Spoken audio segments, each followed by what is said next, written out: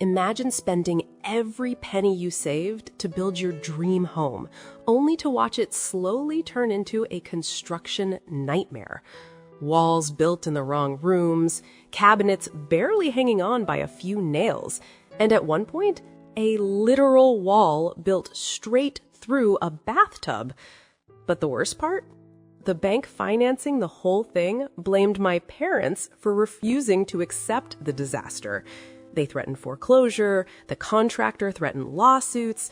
My parents thought they were completely powerless until their lawyer walked into a meeting, placed one document on the table, and calmly said, "My clients don't want the house anymore. Please remove it from their land." And just like that, the entire room went silent. If you've ever dreamed about seeing arrogant people finally get the justice they deserve, make sure to hit that like button, subscribe to the channel, and stick around because today's story might be one of the most satisfying legal revenge stories ever told. This story happened back in 1973. My parents weren't wealthy people, not even close. My dad worked incredibly hard, often juggling 2 jobs just to keep things afloat. My mom stayed home with 2 small kids in a cramped rental that barely held together. But like most young couples back then, they had a dream. A simple one.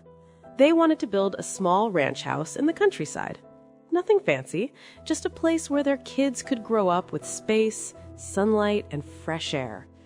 And after years of saving every spare dollar they had, they finally had enough for a down payment. To them, it felt like the beginning of a new chapter. Unfortunately, it would become one of the most stressful periods of their lives. The small local bank approved the mortgage. They also connected my parents with a contractor. His name was Bob. On paper, Bob seemed perfect. Experienced, friendly, local. But as my parents would soon discover, Bob had a bad habit. He overbooked himself all over town. He was technically in charge of dozens of construction projects, but he rarely showed up to supervise. Instead, he left the actual work to random crews who barely knew what they were doing. And it showed. Oh boy, did it show. At first, things just moved slowly. Weeks passed, then months. The house should have been halfway done. Instead, it looked like a confused skeleton of wood and drywall. But when my parents finally walked through the build site, they realized something far worse was happening. The house wasn't just slow to build, it was being built wrong. Horribly wrong. Not cosmetic mistakes, structural disasters. Apparently, the architect had left a faint guideline on the blueprint. The framers saw the line and assumed it meant a wall. So they built one, right through the middle of the bathroom, straight through the bathtub. Imagine walking into what's supposed to be your future bathroom and seeing a wooden wall cutting through the tub like someone built a prison cell around it. My parents stood there speechless, and that was just the beginning. Next came the kitchen.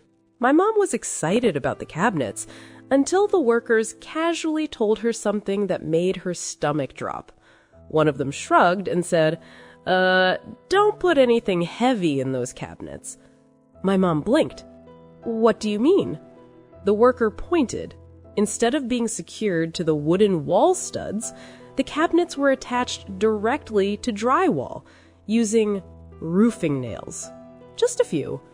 If my mom had loaded them with dishes, the entire cabinet row could have ripped off the wall. But the crown jewel of incompetence came with the garage. The opening for the garage door had been framed facing the living room, not the driveway. The workers had literally built the garage entrance inside the house. At this point, my parents weren't just worried. They were horrified. Eventually, the construction reached what Bob claimed was the final inspection stage. A representative from the bank came out to evaluate the home so the last payment could be approved. My parents were nervous, but hopeful. Maybe the bank would see the problems and force Bob to fix everything. The bank representative arrived. My parents met him in the front yard and calmly said, "We can't sign off on this house." The man frowned. Apparently, the bank had already paid Bob a lot of money. He clearly expected the meeting to be quick.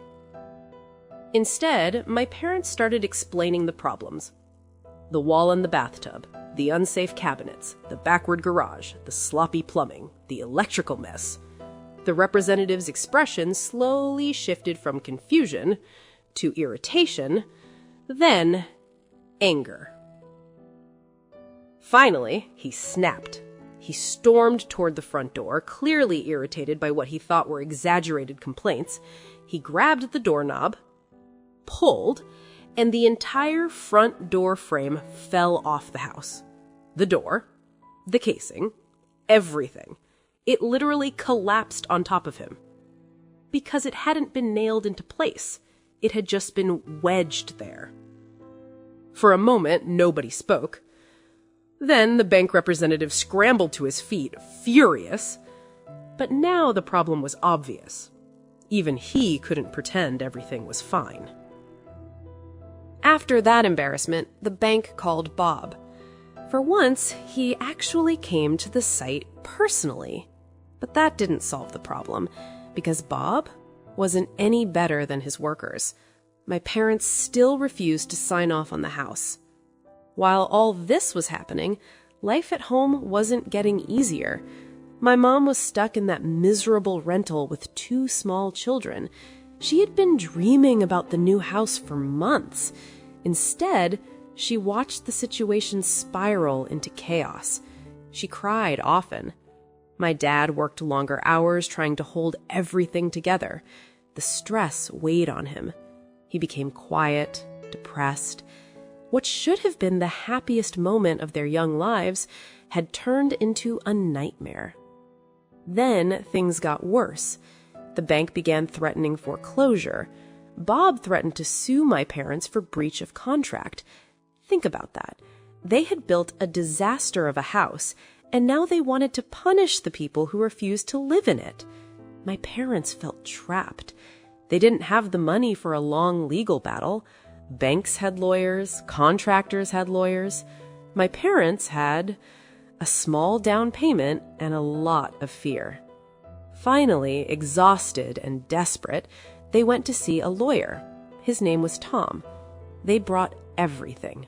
Blueprints, contracts, photos, a long list of problems. They explained the plumbing issues, electrical hazards, structural mistakes. My dad said Tom listened quietly, but the more paperwork he reviewed, the more concerned his face became. My parents' stomachs sank. They assumed the worst. Suddenly, Tom's expression changed. He leaned back in his chair and smiled. Not a polite smile, a dangerous smile. The kind lawyers get when they realize something important. He looked at my parents and said calmly, "Let's get everyone together for a meeting. Tomorrow." The next day, everyone gathered at the bank. My parents, Tom, the bank representative, the bank's attorney, Bob, and Bob's lawyer.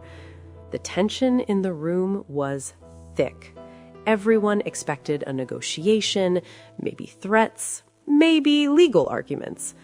But Tom didn't let anyone else speak first. He stood up calmly and said, "My clients have decided they no longer want the house." The room looked confused. Then Tom finished the sentence. "Please remove it." For a moment, there was silence. Then people started laughing. The bank's attorney chuckled. Bob's lawyer shook his head. "Remove it?" someone said. "Have you lost your mind?" Tom didn't react. Instead, he slowly placed a document on the table, a deed. Then he said the sentence that would change everything. My clients owned the land outright. They no longer want your house sitting on it. Remove it from their property." The laughter died instantly. Bob's attorney picked up the deed. He studied it carefully.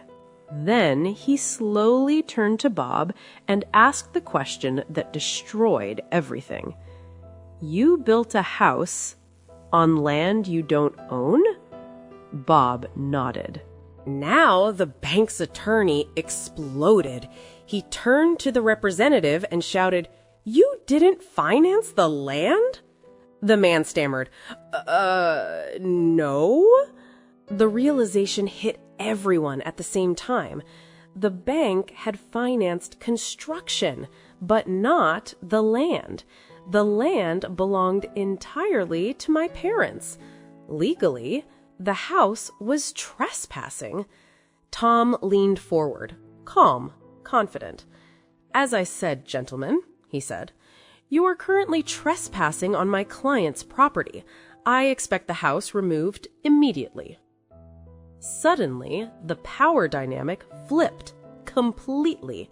If the bank foreclosed, they'd seize a house that would no longer exist if it had to be removed. They couldn't even sell the land. They didn't own it. Bob had already spent half the project budget out of pocket. Now he would also be responsible for demolishing the house and restoring the land. On top of that, the bank would likely demand repayment of the money they'd already paid him. Bob could go bankrupt. The bank could lose everything, all because of one oversight. My dad said the transformation was immediate. Suddenly, the bank representatives became polite, friendly, understanding. Bob started apologizing. Everyone insisted it was just a misunderstanding. They promised to fix everything immediately. And they did. Walls were rebuilt, cabinets were properly mounted, the garage opening was corrected, plumbing and electrical were redone. Everything was brought into full compliance with the original blueprints at no additional cost to my parents. Bob paid for most of the repairs. He barely broke even on the project. Eventually, the house was finished properly. My parents finally signed the mortgage. The bank fired the incompetent representative. And Tom? Tom became a legend. My dad said that moment in the meeting room, the stunned silence after Tom dropped the deed, was something he would remember for the rest of his life. In one calm sentence, Tom flipped the entire power structure. The bank that had bullied my parents suddenly had everything to lose. The contractor who threatened lawsuits nearly went bankrupt, and the people who had been treated like powerless victims finally had justice. Sometimes the biggest bullies rely on one thing, the belief that their victims don't understand the rules. But every once in a while, someone shows up who knows the game better than they do. And when that happens, the tables turn fast. If you enjoyed this story and want to hear more incredible tales of revenge, justice, and karma, make sure to like the video, subscribe to the channel, and let me know in the comments. What's the most satisfying moment of justice you've ever witnessed? And remember, sometimes the most powerful revenge is simply knowing your rights.